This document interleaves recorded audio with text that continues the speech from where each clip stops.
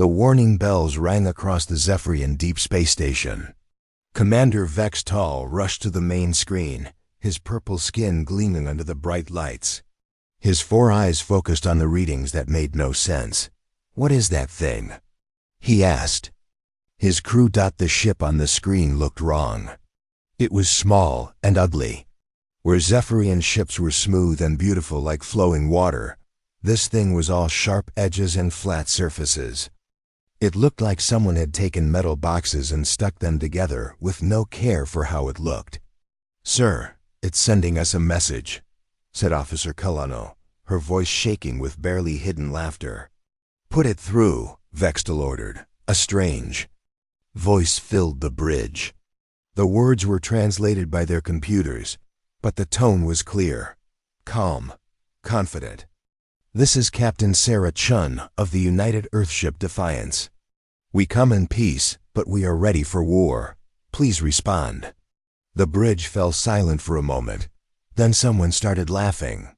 Soon the whole crew was laughing so hard that tears ran down their faces. "Did they just threaten us?" gasped Kellano between laughs. "Look at that pile of scrap metal." Vextal wiped his eyes and looked at the readings again.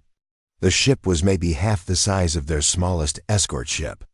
The scans showed it was made of simple metals and alloys, common stuff that any child could find on most planets. No energy shields, no plasma weapons that they could see. It seemed to move using some kind of controlled explosions. "It's like they're still in the Stone Age," said another officer. "How did they even get out here?" Vextal sent an immediate message to Admiral Kethfer, who was patrolling nearby with 12 of their finest warships. The message was simple: "You need to see this. Some primitives have wandered into our space." 2 hours later, Admiral Kethfar's fleet arrived. 12 massive ships that gleamed like jewels in the darkness of space. Each one was 3 times longer than the human ship and armed with enough plasma cannons to turn a moon into dust. The human ship just sat there waiting. It didn't try to run. It didn't power up weapons. It just waited like it had all the time in the universe. Admiral Kethfer was old, even for a Zephyrian. He had lived for over 400 years and had conquered 47 star systems for the Empire. He had seen every kind of ship and weapon that the galaxy had to offer. When he saw the human vessel, he could barely believe his eyes. "That's their ship?" he asked his tactical officer. "Yes, sir. Our scans show primitive construction, basic metal hull. No energy shields. We detect some kind of point defense systems, but they appear to be kinetic weapons." "Kinetic weapons?" The Admiral laughed. "What's next? Are they going to throw rocks at us?" The whole bridge crew joined in the laughter. Kinetic weapons were what babies used. Solid projectiles that could be stopped by the simplest energy shields. The Zephyrian Empire had stopped using such weapons over 1,000 years ago. "Sir, they're requesting a meeting," reported the communications officer. Admiral Kethfer thought for a moment. It might be interesting to meet these primitives. Maybe they could be used as slaves or workers in the Empire's mines.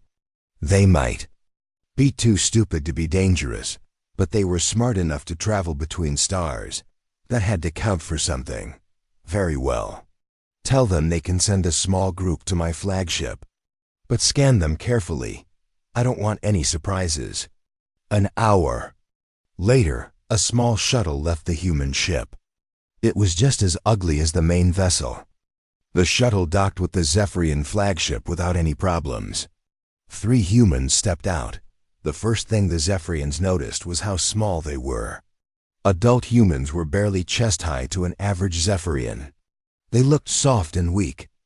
They had only 2 eyes and their skin was a strange pale color. The leader was a female, who introduced herself as Captain Chun. She was even smaller than the males with her. She wore a simple uniform that looked like it was made from basic cloth. No armor, no weapons that the Zephyrians could see. "Welcome to Zephyrian space," Admiral Kethfer said, looking down at the tiny creatures. "I am Admiral Kethfer of the glorious Empire. You will tell me why you have entered our territory without permission." Captain Chun looked up at him without fear. "We are explorers from Earth. We didn't know this space belonged to anyone. We're sorry if we crossed any borders." Earth? The Admiral had never heard of it. "What kind of backwater planet is that? How many ships do you have?" "That's our only ship out here," Captain Chun said. "We're just starting to explore beyond our home system." The Zephyrian officers looked at each other and started laughing again. One ship. These primitives had sent one ugly little ship to explore. The galaxy. It was like sending a child with a stick to fight a dragon. "One ship," the Admiral said, shaking his head. "Well, that makes things simple. Here's what's going to happen. Your people will join our empire. You will pay tribute to us. Your planet will serve our needs. In return, we won't destroy your pathetic little ship and everyone on it." Captain Chun was quiet for a long moment. When she spoke, her voice was still calm. "I'm afraid that's not going to happen, Admiral. Humans don't kneel to anyone." The laughter on the bridge stopped. Admiral Kefver's face darkened with anger. In 400 years, no one had ever refused his demands. Especially not some tiny primitive creature. "You would rather die than submit?" he asked. "We would rather fight than submit," Captain Chun replied. "That's what humans do." The Admiral's anger grew. These insects dared to defy the mighty Zephyrian Empire? He would make an example of them that would be remembered across the galaxy. "Very well," he said coldly. "Return to your ship. You have 1 hour to reconsider. If you still refuse to submit, I will destroy your vessel and broadcast the destruction across all local systems. Let everyone see what happens to those who defy us." Captain Chun nodded and turned to leave with her companions. At the door, she paused and looked back. "Admiral," she said quietly, "you should know something about humans. We've been fighting wars for our entire history. Every system on our ship was built to survive battle. Every weapon was tested in real combat. We don't build pretty ships that look good in parades. We build ships that win fights." With that, she was gone, leaving the Zephyrian bridge in confused silence. Admiral Kefver stared at the door for a moment, then shook his head. The arrogance of these primitives was amazing. They actually thought their scrap heap could fight. His battle fleet, "Prepare all weapons," he ordered. "When the hour is up, we'll show the galaxy what happens to fools who challenge the Zephyrian Empire." His officers moved to obey, still chuckling about the pathetic human ship floating helplessly in space. Soon they would all see just how wrong they were. The hour passed slowly on the Zephyrian flagship. Admiral Kefver sat in his command chair, watching the human ship on the main screen. It just floated there like a dead rock, no movement. No sign of panic. The Admiral found it strange that the primitives weren't trying to run or beg for mercy. "Sir, the hour is up," reported his tactical officer. "Any response from the humans?" the Admiral asked. "No, sir. They haven't sent any messages since their delegation returned to their ship." Admiral Kefver stood up and straightened his uniform. This would be broadcast across 12 star systems. Every species would see what happened when someone defied the Zephyrian Empire. It would be a lesson that lasted for generations. "Open a channel to all nearby systems," he ordered. "Let everyone watch." The communications officer nodded. "Channel open, sir. Broadcasting on all frequencies." Admiral Kefver smiled as he began to speak. "People of the galaxy, today you will witness the power of the Zephyrian Empire.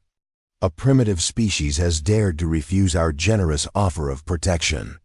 They chose death over wisdom. Let their fate serve as a warning to all who would challenge our rightful rule over the stars." He turned to his weapons officer.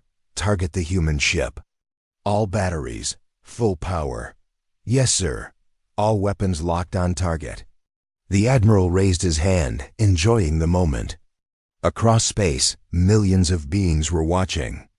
They would see the awesome power of Zephyrian plasma weapons. They would see what happened to those who stood against the Empire. Fire. 12 massive warships opened fire at once. Bright beams of superheated plasma lanced through space toward the small human vessel. Each beam carried enough energy to melt through a mountain. Together, they should have turned the human ship into a cloud of glowing gas. The bridge crew cheered as the weapons fired. Several officers were already celebrating the easy victory. Some were making jokes about how the humans probably didn't even have time to understand what was happening to them. The plasma beams reached their target and struck the human ship. Bright flashes of light erupted around the vessel as the weapons made contact. For a moment, the ship disappeared in a ball of brilliant fire. "Direct hits across the entire target," reported the weapons officer. "All beams on target." The crew cheered louder. Admiral Kethfer smiled with satisfaction. Another perfect victory for the Empire. Now they could, "Sir," the sensor officer's voice cut through the celebration. He sounded confused. "Sir, I'm still reading the target." The light from the weapon's fire began to fade. The Admiral stared at the screen in disbelief. The human ship was still there. It looked exactly the same as before.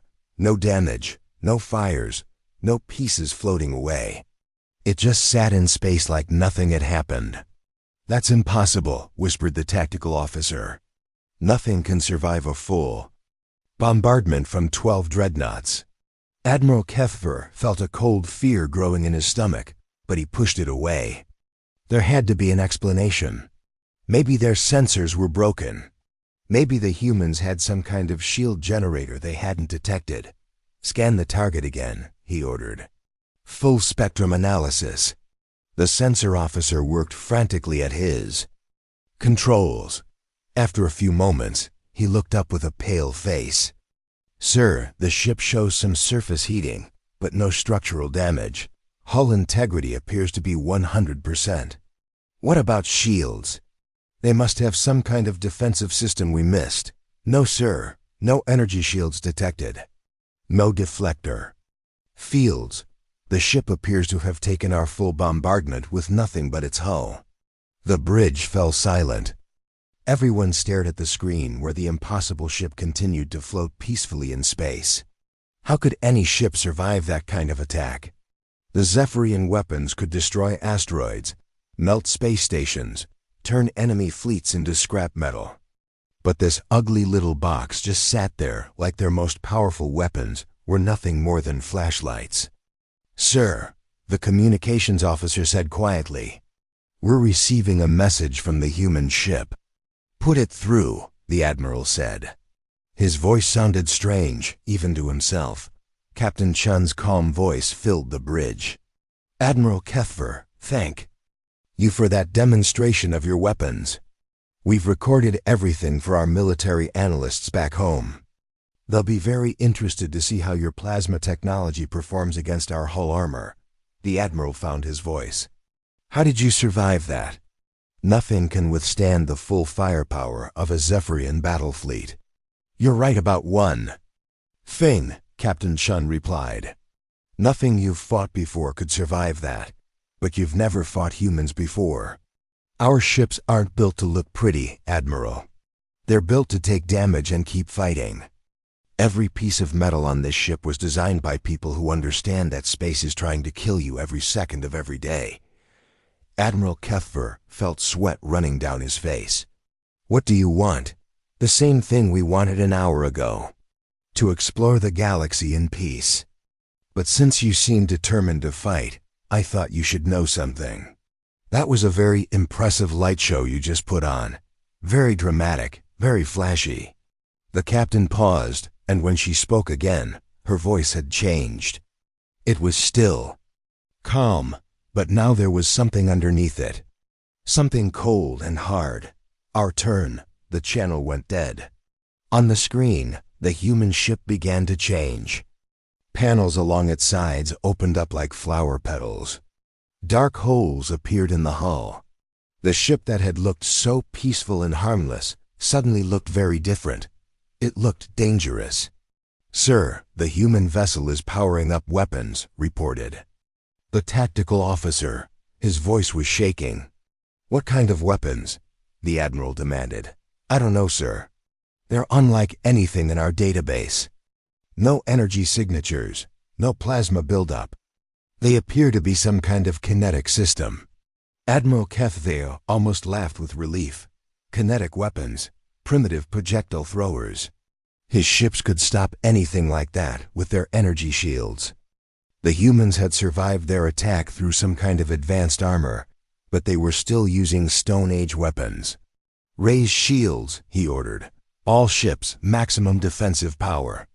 Let them throw their rocks at us." Across his fleet, the great ships powered up their energy shields. Glowing barriers of force surrounded each vessel like soap bubbles made of light. Nothing solid could pass through those shields. They had been tested against asteroids, debris, even kinetic weapons from primitive species. They worked perfectly. Every time. Admiral Kethver settled back in his chair and smiled. The humans had surprised him with their armor, but this would end the same way it always did. The primitives would fire their pathetic weapons, the shields would stop everything, and then the Zephyrians would resume their attack. This time they would use concentrated fire. They would keep shooting until even the humans' impossible armor finally melted. "Sir, the human ship is targeting our vessels," the sensor officer reported. "Let them," the admiral said. "Their weapons can't hurt us." On the screen, the human ship turned slightly. The dark holes in its hull lined up with the Zephyrian fleet. For a moment, everything was perfectly still. Two different kinds of ships facing each other across the void. Advanced energy weapons against primitive kinetic systems. Elegant alien technology against crude human engineering. Admiral Kethver was about to order another attack when the human ship fired. There was no flash of light, no beam of energy, no warning at all. Something moved through space so fast that it was invisible. The admiral's flagship shook like it had been hit by an earthquake. Alarms began screaming. Emergency lights flashed red across the bridge. Officers fell out of their chairs as the great ship was knocked sideways by the impact. "Report!" the admiral shouted over the noise. "Sir, we've been hit. Deck 17 is gone. Completely gone. Whatever hit us went right through our shields like they weren't there." Admiral Kethver stared at the damage reports flowing across his screen. A hole had been punched through his ship from one side to the other. The hole was perfectly round and went through 15 decks. Whatever had hit them had passed through their strongest shields and their heaviest armor like it was made of paper. "How is that possible?" he whispered. Captain Chun's voice came over the communication system again. "Kinetic weapons, Admiral. We learned a long time ago that if you throw something hard enough and fast enough, it doesn't matter what kind of shields you have. Physics always wins." Another ship in the fleet shook as something invisible punched through it. Then another. The humans were firing weapons that moved too fast to see and hit too hard to stop. For the first time in 400 years, Admiral Kethver felt real fear. The Zephyrian fleet was in chaos. Admiral Kethver watched in horror as his ships took hit after hit from weapons that should not exist. Each impact sent shockwaves through the massive vessels. His own flagship had 3 holes punched clean through it. Emergency teams were sealing breaches and treating the wounded, but the human ship kept firing. "Evasive maneuvers," the admiral shouted. "All ships, random patterns." The great Zephyrian warships began to move, twisting and turning through space like dancers. They were beautiful to watch, graceful and fast, but it didn't matter. Whatever the humans were shooting at them was too fast to dodge and too accurate. To escape, the destroyer Bright Talon tried to spiral away from the battle. A tungsten slug moving at a significant fraction of light speed caught it in the engine section. The back third of the ship simply disappeared in a cloud of metal fragments and escaping atmosphere. Sir, Bright Talon is gone, reported the tactical officer. His voice was barely a whisper. Admiral Kethfer couldn't believe what he was seeing. The Bright Talon had been one of their newest ships. It carried enough firepower to conquer a small planet. Now it was floating wreckage. What are they shooting at us? He demanded. The sensor officer was working frantically at his station. Sir, I'm detecting solid projectiles. Dense metal, probably tungsten or depleted uranium. They're being accelerated by some kind of magnetic system to incredible speeds. How incredible! Sir, the projectiles are moving at roughly 15% of light speed. The bridge fell silent. Everyone understood what that meant. At those speeds, the projectiles carried more kinetic energy than their largest plasma cannons. And unlike energy weapons, there was no way to stop them. The laws of physics said that momentum was conserved. When something that heavy moving that fast hit something else, the something else lost. Another ship shuddered as it took a hit. The heavy cruiser Golden Spear listed to one side as its gravity generators failed. Emergency lights flickered along its hull where the human projectile had torn through its armor like tissue paper. Sir, we need to retreat, said his first officer. Our weapons can't hurt them, and theirs are destroying us. Admiral Kethfer wanted to give that order. Every instinct told him to run. But he was broadcasting to 12 star systems. Millions of beings were watching the mighty Zephyrian Empire get beaten by a single primitive ship. If he retreated now, the Empire's reputation would be ruined forever. No, he said through gritted teeth. Concentrate all fire on that ship. Everything we have. Don't stop shooting until it's destroyed. The remaining ships in his fleet opened fire again. Plasma beams lit up space as they poured their full power into the human vessel. This time they kept firing, beam after beam, trying to overwhelm whatever impossible armor the humans had. The human ship sat in the middle of the energy storm like a rock in a river. Plasma washed over its hull in waves of superheated gas. The metal glowed white-hot from the constant bombardment. Parts of the outer hull began to melt and flow like liquid. We're getting through their armor, shouted the weapons officer. Keep firing.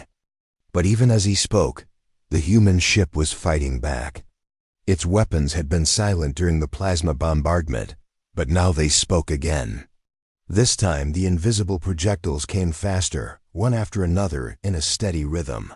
The battleship Star Crusher took a hit in its main reactor. The ship didn't explode.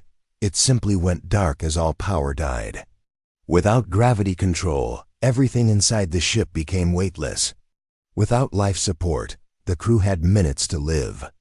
Sir, Star Crusher is dead in space, reported the communications officer. No response to our calls. Admiral Kethfer felt his world falling apart. The Star Crusher was the pride of the fleet, armed with enough weapons to fight a dozen enemy ships. Now it was just a dark hulk floating in space. Sir, we've lost 6 ships, his tactical officer reported. The remaining vessels are all damaged. And sir, the human ship is still operational. The admiral looked at the main screen. The human vessel was glowing like a small sun from the heat of their attacks, but it was still fighting. Still moving. Still shooting back with those terrible invisible weapons. Captain Chun's voice came over the communication system again. She sounded as calm as ever, like she was discussing the weather instead of a space battle. Admiral Kethfer, you've been shooting at us for 10 minutes now. Are you starting to understand the problem you're facing? What problem? The admiral asked, though he already knew the answer. You built your ships to fight other ships like yours. Energy weapons against energy shields.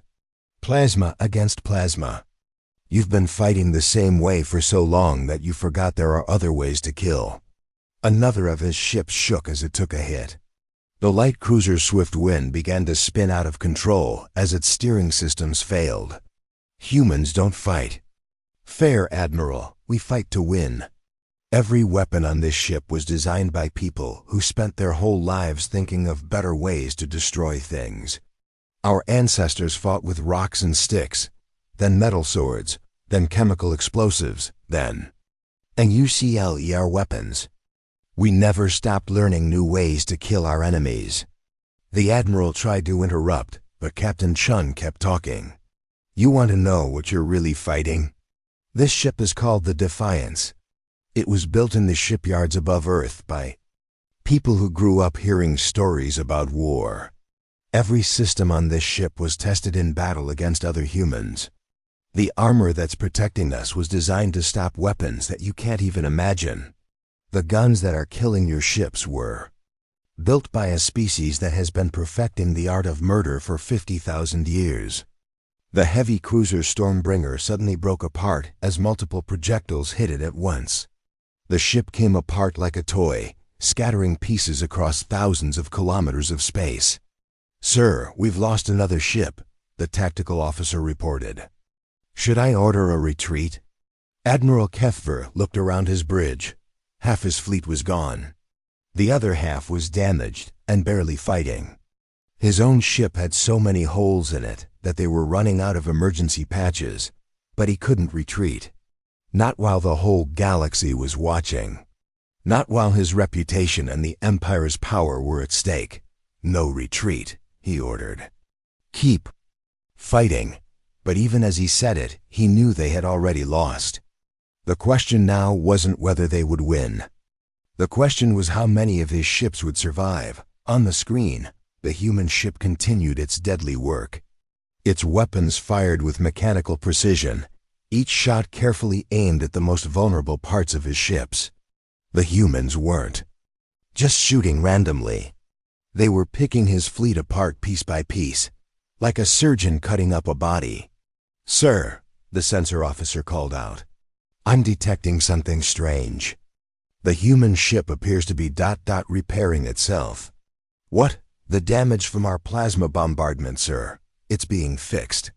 I can see automated systems sealing breaches and replacing damaged armor plates.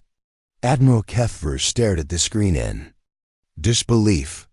Even as they watched, the human ship's glowing hull began to cool as repair systems worked to fix the damage. In minutes, the vessel looked almost as good as new.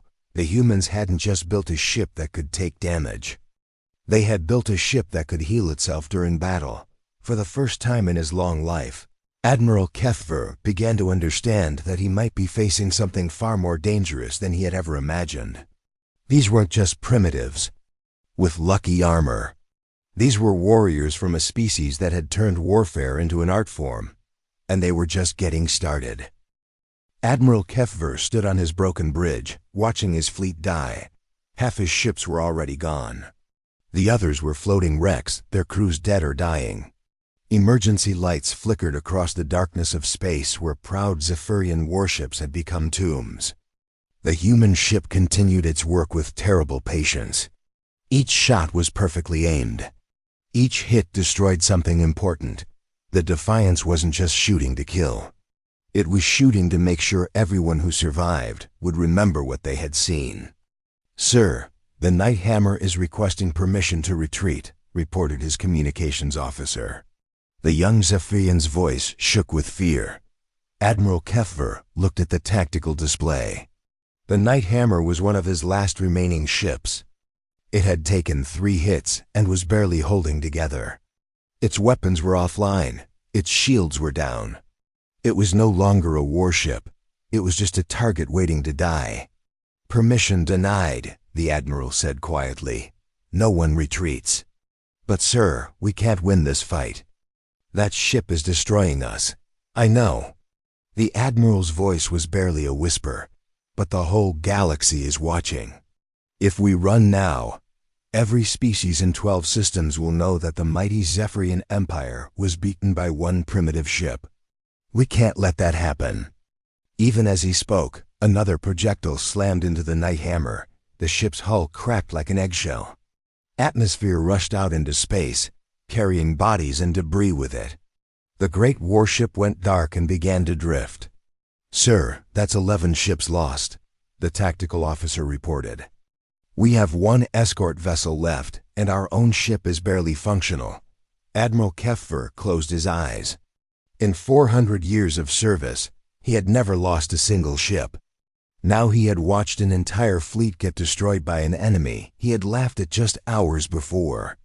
"Sir, incoming message from the human ship," the communications officer said. "Put it through."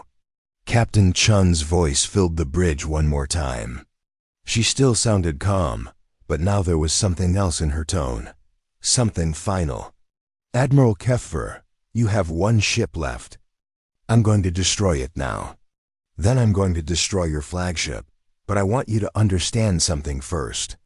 The Admiral opened his eyes and stared at the main screen. The human ship hung in space like a metal predator, its weapons ports glowing with deadly purpose. "This wasn't a battle, Admiral. This was a demonstration. Your people laughed at our ship. You called us primitives. You thought we were weak because we don't build pretty vessels covered in shiny metal. The last escort ship, the small destroyer Quick Strike, tried to run. It fired its engines at full power and raced away from the battle. But the human weapons had no trouble tracking a target moving in a straight line. A tungsten slug caught the fleeing ship in its engine room. The Quick Strike exploded in a ball of fire that lit up space for thousands of kilometers. You forgot something important, Captain Chun continued. Humans didn't get to the stars by being pretty. We got here by being tough. Every system on this ship was built by people who understood that space is full of things trying to kill you. Radiation, vacuum, asteroids, other humans with weapons. Admiral Keth there felt his ship shudder as the human targeting systems locked onto his flagship. He knew what was coming next. In seconds, maybe minutes, his proud vessel would join the wreckage floating around them. You asked what kind of weapons we're using, Captain Chun said. They're called railguns.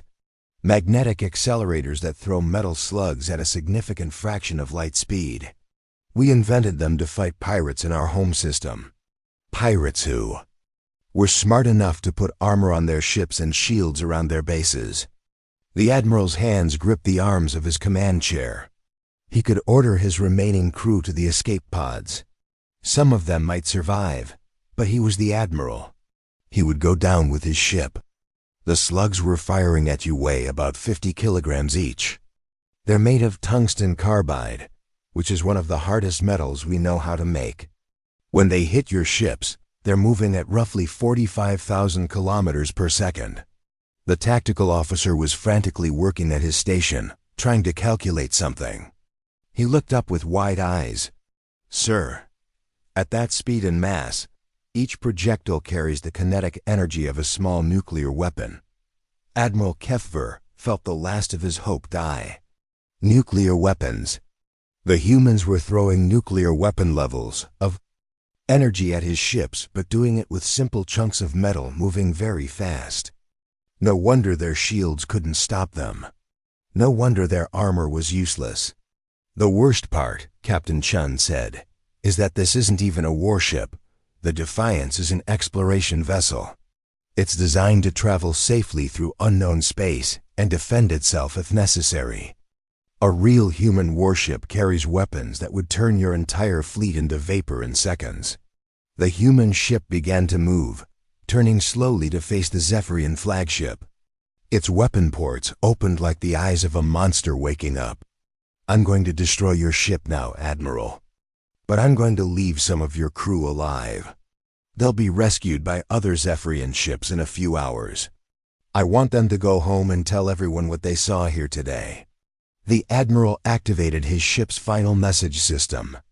If he was going to die, he would at least warn his people about what was coming.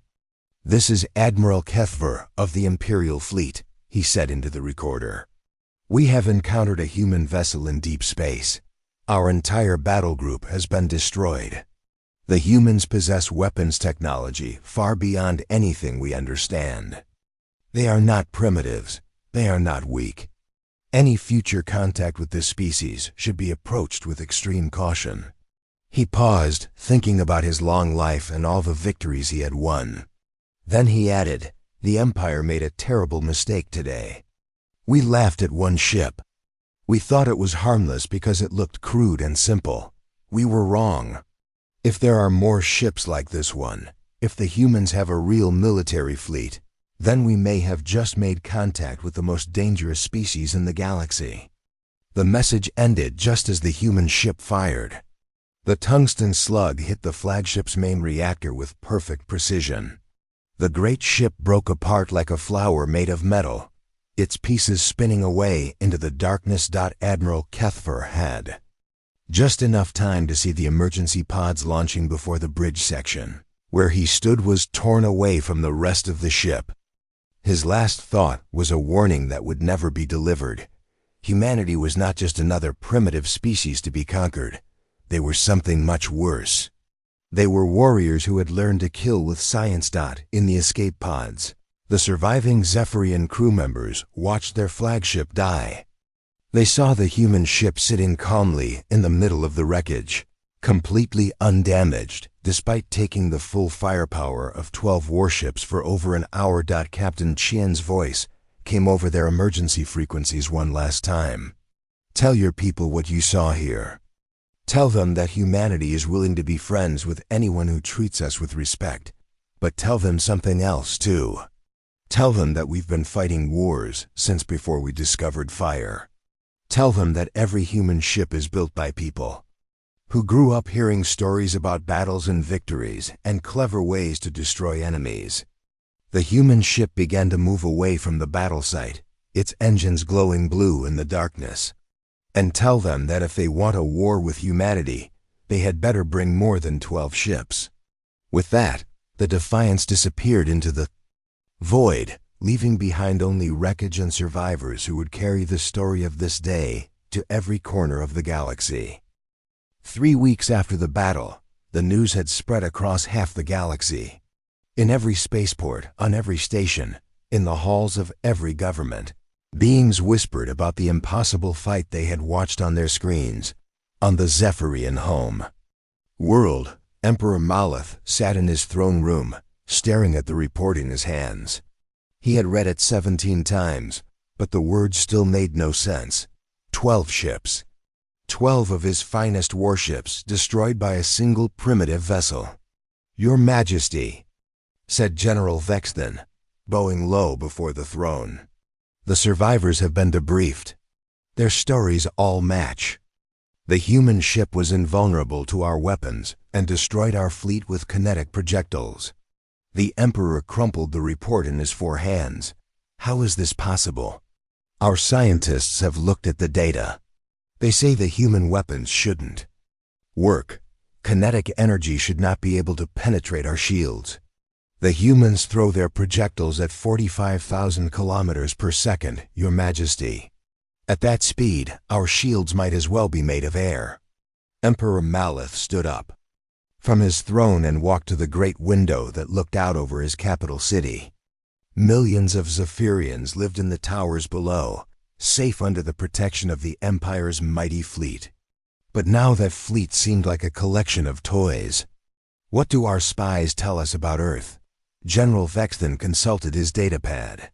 Very little, Your Majesty. Earth appears to be a single planet in a small system near the edge of the galaxy. Our long-range scans show modest industrial development and a population of about 8 billion. Only 8 billion? And they have ships like this? We don't know how many ships they have, Your Majesty.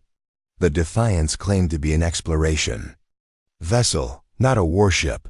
If that's true, the Emperor didn't need him to finish the sentence. If the humans had warships more powerful than their exploration ships, then the Zephyrian Empire was in serious trouble. Across the galaxy, other species were having similar conversations. The Krulax Trade Federation called an emergency meeting of their ruling council. The Melody Republic put their entire fleet on high alert. Even the peaceful gentle ones began building weapons for the first time in 300 years. But the most important conversation was happening in a small office on a space station orbiting the planet.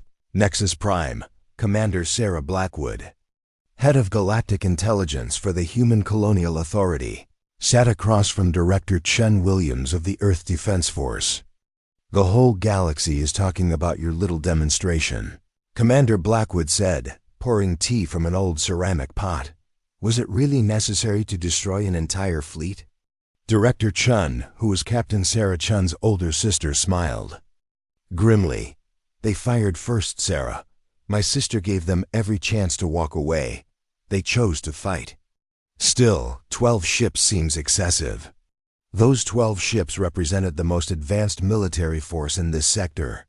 If we had shown weakness, every pirate and warlord in 50 systems would have tried their luck against human colonies. Sometimes you have to be brutal to be kind. Commander Blackwood sipped her tea and thought about the intelligence reports flooding her desk. Fear was spreading through the galaxy like wildfire. Some species were already talking about surrendering to humanity before the humans even asked them to.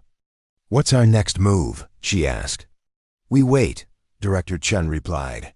"Let them think about what they saw. Let them imagine what else we might have hiding out here. Fear is a powerful teacher." On the trading station Deep Harbor, Captain Zelyuk of the merchant vessel Prophet Seeker was having a drink with his crew. The reptilian trader had made his fortune by knowing which species were dangerous and which were safe to cheat. But now he was confused. "I don't understand it," he said, his forked tongue flicking nervously. "The humans look so weak. So small. How can they build ships like that?" His engineer, a 6-armed insectoid named Clicktar, made a series of clicking sounds that translated roughly to laughter. "You're thinking about it wrong, Captain. You see a small, weak-looking species and think they're easy prey. But what if being small and weak is exactly why they became so dangerous? What do you mean? Think about it. If you were a small creature, living on a world full of big, strong predators, what would you do? You'd get smart. You'd build tools. You'd find ways to kill things much bigger than yourself." Captain Zelyuk thought about his own home world, where his species had always been the apex predators. They had never needed to develop advanced weapons because nothing could threaten them. But humans had been prey animals who learned to fight back. "The humans didn't build those weapons to conquer the galaxy," Clicktar continued. "They built them to survive. And a species that builds survival tools doesn't build them halfway. They build them to work no matter what." Similar conversations were happening across dozens of worlds. The galaxy was learning a hard lesson about judging species by their appearance. On Earth, President Martinez stood in the Situation Room, watching news feeds from across known space. Every major species was talking about humanity now. Some with fear, some with respect, but all with a new understanding that humans were not to be taken lightly. "Ma'am, we're receiving diplomatic requests from 17 different species," reported her aide. "They all want to establish formal relations with Earth. Any from the Zephyrian Empire?" "Not yet, ma'am. Our intelligence suggests they're still in shock. But we expect an envoy within the month." President Martinez nodded. The plan was working perfectly.